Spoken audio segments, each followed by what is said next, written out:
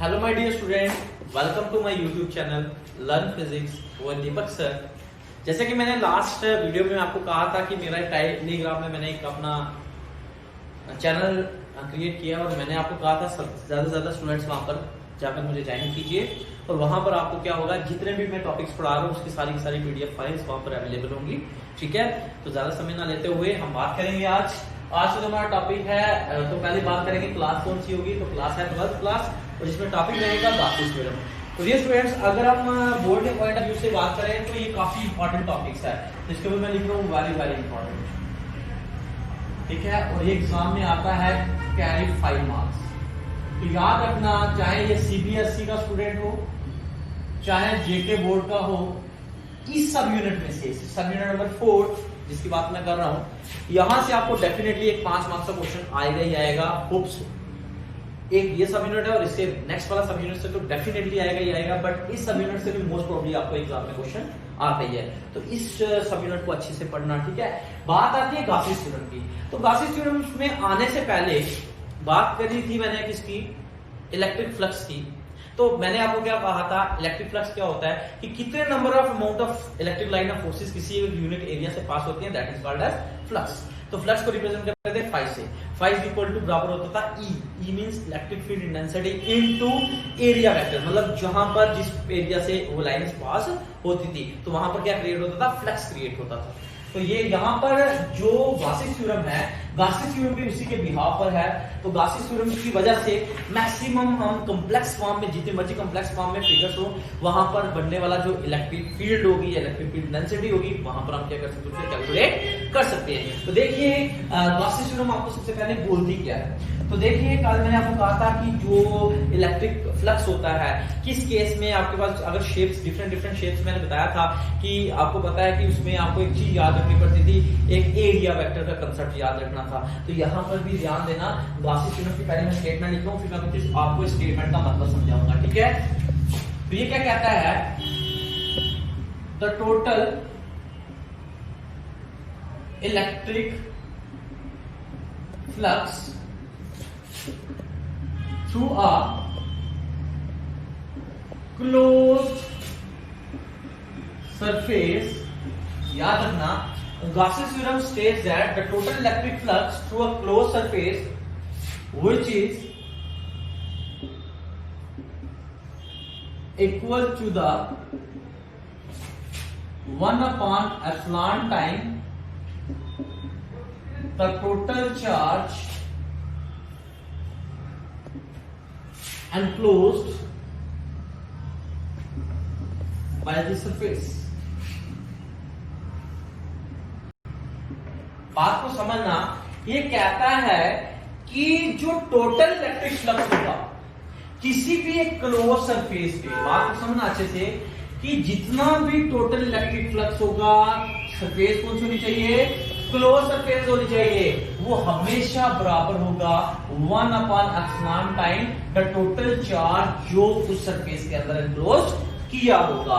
मतलब mathematically formulation की अगर हम बात करें तो ये कहता है कि flux phi is equals to close integral E dot ds is equal to Q over epsilon naught. ये हमें क्या करना है, प्रूव करना है। अब इस स्टेटमेंट की अगर हम बात करें, ये मैंने इसकी पहले हिंदी समझाई, तो अब हम इसको क्या करते हैं, in the form of figures की फॉर्म में इसको समझने की कोशिश करते हैं।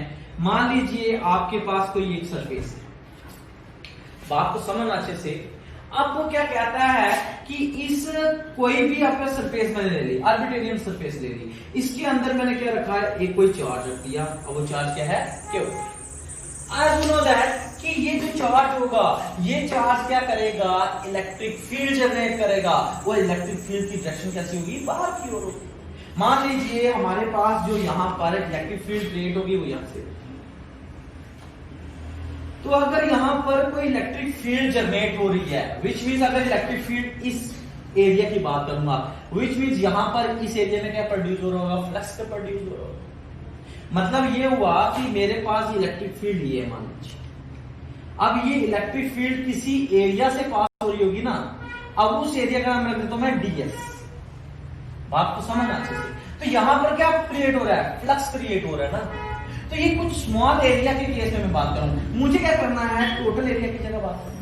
तो टोटल की जगह बात करूंगा तो उसमें बनने वाला जो फ्लक्स होगा वो बराबर किसका होगा, इंटीग्रल इक्वेशन करनी पड़ेगी, तो बराबर होगा इंटीग्रल ऑफ ई मतलब इलेक्ट्रिक फील्ड इनटू डीएस।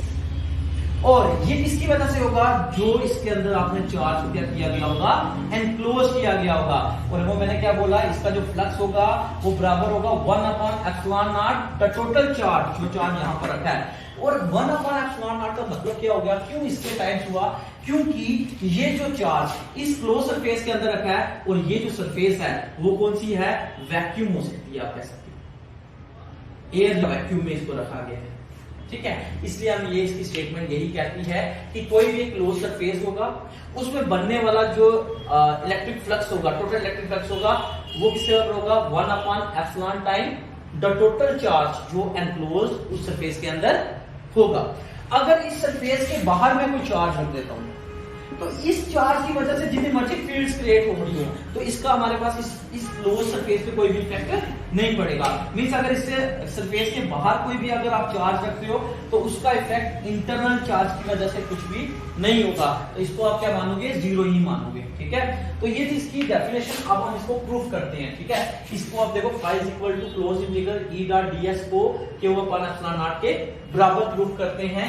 हो कि आपको ये डेफिनेशन से समझ आई होगी, कोई बड़ी बात नहीं है। यही कहती है कि कोई भी क्लोज सरफेस होगा उसके अंदर आपने कोई भी अगर चार्ज रखा होगा, वो जो उसमें बनने वाला जो फ्लक्स होगा वो बराबर होगा 1/ε0 time the total charge enclose by. अब देखो डियर स्टूडेंट, मैं इसका प्रूफ करता हूं तो इसलिए मैं इसको रब कर रहा हूं, ठीक है। तो इसको अच्छे से आप ध्यान देना, मैं बोल रखा हूं, अब इसका प्रूफ करते हैं। प्रूफ कोई मुश्किल नहीं है, रटा नहीं मारना हमें। तो सबसे पहली बात हमें क्या करना पड़ेगा, इसके लिए हम क्या करते हैं, प्रूफ। अगर हम बात करेंगे इसके प्रूफ की, तो फर्स्टली ये क्या कहता है कि कोई सरफेस कैसी होनी चाहिए, क्लोज सरफेस होनी चाहिए, है ना। तो इसके लिए मैं क्या करता हूं, सबसे पहले कंसीडर करता हूं कि मेरे पास कोई एक क्लोज सरफेस है,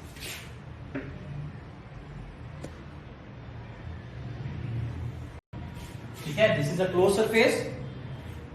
और कंसीडर करता हूं कि इसके अंदर कोई एक चार्ज है और वो चार्ज क्या है, पॉजिटिव। बात को अच्छे से समझना, positive with a charge which is placed at the centre of the sphere, मतलब स्फीयर है ना, और ये जो स्फीयर है ये कैसा है, क्लोज सरफेस। अब क्या होगा, एज यू नो दैट, इसकी वजह से मैंने क्या बोला, एक चार्ज की वजह से इलेक्ट्रिक फील्ड क्रिएट होती है, और वही इलेक्ट्रिक फील्ड हम बात करें तो मान लीजिए इस डायरेक्शन पे इलेक्ट्रिक फील्ड क्रिएट हो रही है। मैं एक ही जगह कंसीडर करूंगा, ठीक है, प्रूफ के लिए। तो मान लीजिए इस पॉइंट पे हमारे पास कुछ इलेक्ट्रिक फील्ड इंटेंसिटी की वैल्यू होगी, एक सर्टेन पॉइंट पे एक फोर्स जनरेट हो रही होगी, तो हम कह सकते हैं यहां पर हमारे पास क्या हो रही होगी, एक इलेक्ट्रिक फील्ड, ठीक है बच्चे। अभी हम क्या करते हैं, इस एरिया को कंसीडर कर देते हैं, कंसीडर करते हैं कि हमारे पास ये क्या है, कुछ एक स्मॉल एरिया एलिमेंट है, और स्मॉल एरिया एलिमेंट को किससे रिप्रेजेंट कर देता हूं, मान लो ds से। टोटल सरफेस क्या है, s, स्मॉल एरिया क्या हो जाएगा, ds। क्यों, क्योंकि इस चार्ज की वजह से अगर फील्ड क्रिएट हो रही है, ऑब्वियस सी बात है, अगर फील्ड क्रिएट हो रही है तो फ्लक्स भी क्रिएट हो रहा होगा ना। तो मैं आपको कह रहा था, यहां से यहां तक का जो डिस्टेंस है वो कौन रिप्रेजेंट करता है, r यूनिट वेक्टर करता है। तो ऑब्वियस सी बात है कि इसकी जो डायरेक्शन होगी ये अलोंग किसकी होगी, इलेक्ट्रिक फील्ड इंटेंसिटी के, तो हम यहां से कह सकते हैं इनटू r यूनिट वेक्टर। तो इस पॉइंट पे मान लो, इस पॉइंट पे मानो, इस पॉइंट पे कहीं पर भी मान लो, स्पेयर पे हर एक जगह इलेक्ट्रिक फील्ड इंटेंसिटी की वैल्यू क्या होगी, सेम होगी, क्योंकि इसका रेडियस क्या है, सेम, इसका पोजीशन वेक्टर क्या है, सेम। दूसरी बात, अगर मैंने कहा कि ये मेरे पास कोई एरिया है, तो एरिया मैंने क्या बोला था, एरिया कौन सी क्वांटिटी है, एरिया वेक्टर है। तो अगर ये वेक्टर है तो विच मींस इसका कुछ ना कुछ मैग्नीट्यूड होगा, और अगर ये मैग्नीट्यूड होगा तो इसकी डायरेक्शन कहां पर होगी।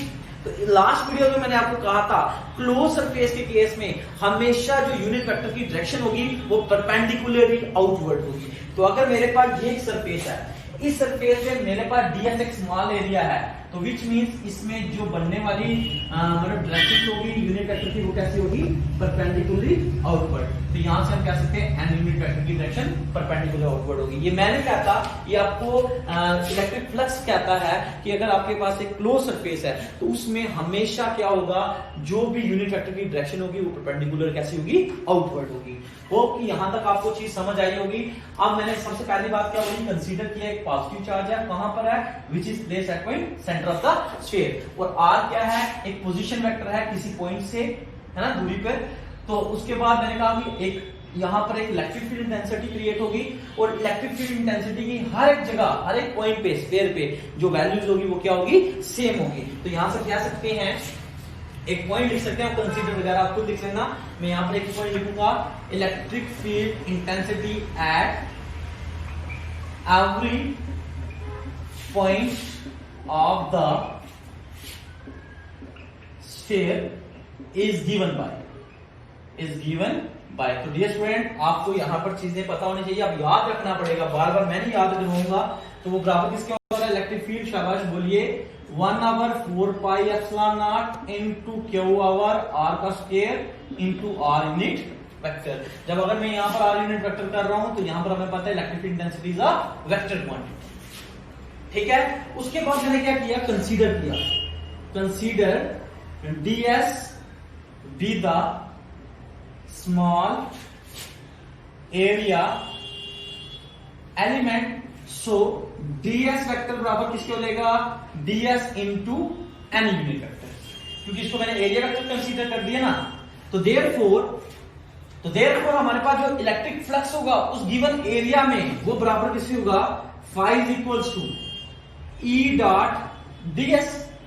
तो देखिए यहां पर मेरे पास E की वैल्यू क्या आ गई, 1/4πε0 ये आएगी, इनटू Q/r का square into r unit vector into ds into n unit vector. Hope कि आपको समझ आ रहा होगा।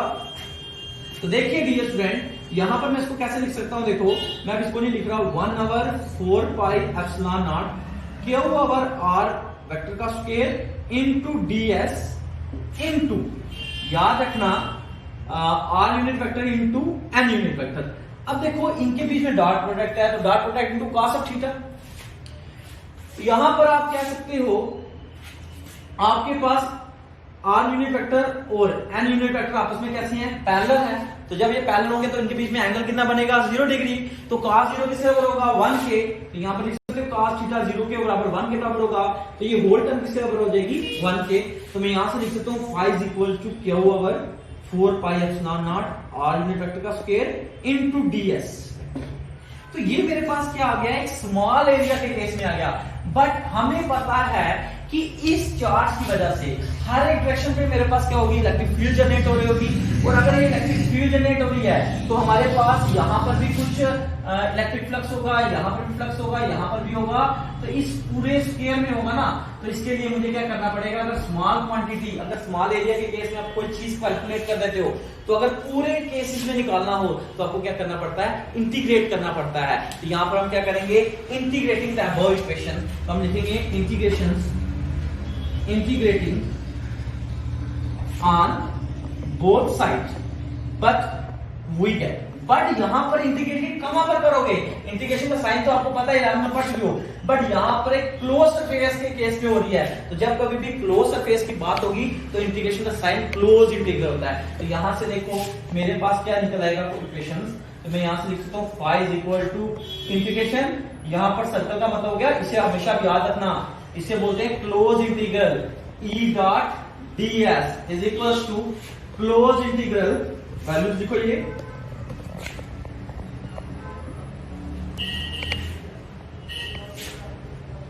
एप्सिलॉन नॉट r वेक्टर का स्क्वायर इनटू ds। अब देखिए आपको पता है, इससे पहली क्लास में पढ़ चुके हो कि इंटीग्रेशन जो कांस्टेंट की होती है वो तो हम बाहर ले लेते हैं।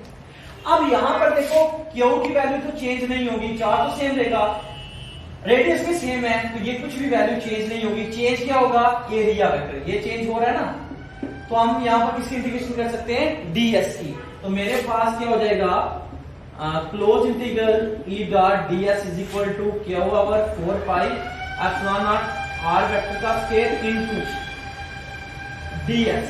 अब देखो अगर इसकी बात करें तो ये किसके बराबर होगा, circumference of sphere, total circumference of sphere किसके बराबर हो जाएगा, 4 पाई आर का स्क्वायर। होता नहीं है कि नहीं होता, तो हम यहां पर लिख सकते हैं close integral E dot D S is equal to Q over 4 pi epsilon naught R vector का square into total surface area of sphere. तो total surface area of sphere की अगर बात करें उसका फार्मूला क्या होता है, 4 पाई आर का स्क्वायर, जो आर रेडियस होता है। तो हमारे पास आ जाएगा close integral E dot D S is equal to Q over 4 pi epsilon naught R vector का स्क्वायर इनटू 4 पाई आर का स्क्वायर। ये 4 और ये 4 क्या हो जाएंगे, कैंसिल, ये पाई और ये पाई क्या हो जाएंगे, कैंसिल, ये आर स्क्वायर और ये आर स्क्वायर क्या हो जाएंगे, कैंसिल आउट हो जाएंगे। तो मेरे पास फाइनली जो z बचेगा वो होगा phi is equal to close integral E dot D S is equal to Q over epsilon naught. तो which is the required expression for Gauss's theorem.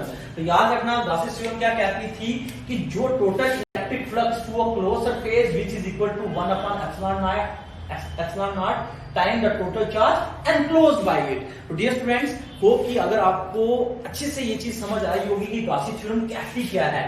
तो गॉसिस थ्योरम के लिए पहले सब बच्चों को इलेक्ट्रिक फ्लक्स पता होना चाहिए, वो मैं आपको ऑलरेडी पढ़ा चुका हूं। तो अब क्या होगा, इसके बाद हमारे पास इसकी 3 एप्लीकेशंस हैं जो बहुत इंपॉर्टेंट हैं। वो एक लाइन पे निकालेंगे और एक हम इनफाइनाइट शीट्स पे कैलकुलेट करेंगे और एक स्फेरिकल टाइप में हम उसको डिस्कस करेंगे। तो सबसे पहला इसका रिजल्ट्स आपको याद होना चाहिए, इसका स्टेटमेंट और इसकी प्रूफ आपको अच्छे से पता होना चाहिए, और ये एग्जाम में डेफिनेटली ये सब यूनिट आता ही आता है। तो डियर स्टूडेंट, मुझे लगता होगा कि आपको ये वीडियो समझ आई होगी। Thank you and have a nice day.